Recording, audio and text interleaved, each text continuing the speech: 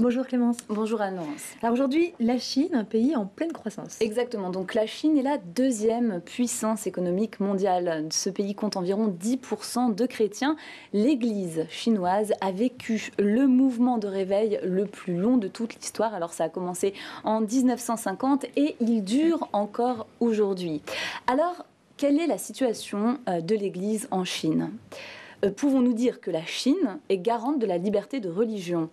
La réponse, oui et non. Alors c'est étrange mais bien réel. Alors pourquoi oui? Parce qu'il existe des librairies chrétiennes dans tout le pays. Il est possible également de se renseigner sur Internet et d'obtenir des traductions de la Bible. Et puis on constate par ailleurs que la tolérance des autorités est bien plus grande qu'il y a 10 ans. Mais d'un autre côté, s'il y a de la place pour les églises et les ministères, eh bien les règles d'engagement sont parfois un petit peu floues.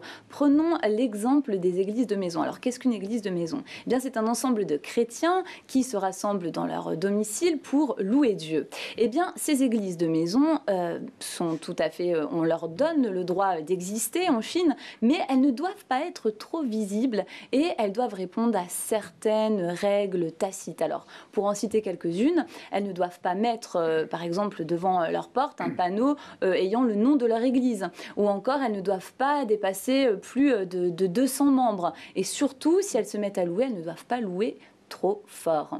Donc les églises de maison ne doivent pas être trop visibles. Et pourquoi est-ce qu'elles dérangent?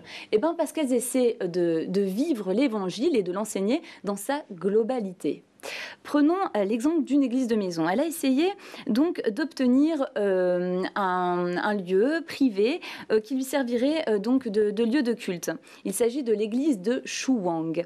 Eh bien, le gouvernement s'est opposé à la vente de ce lieu et donc les membres de cette congrégation se sont retrouvés en extérieur pour louer Dieu. Et aux dernières nouvelles qui datent du 18 janvier 2012, eh bien, ils se réunissent toujours en plein air.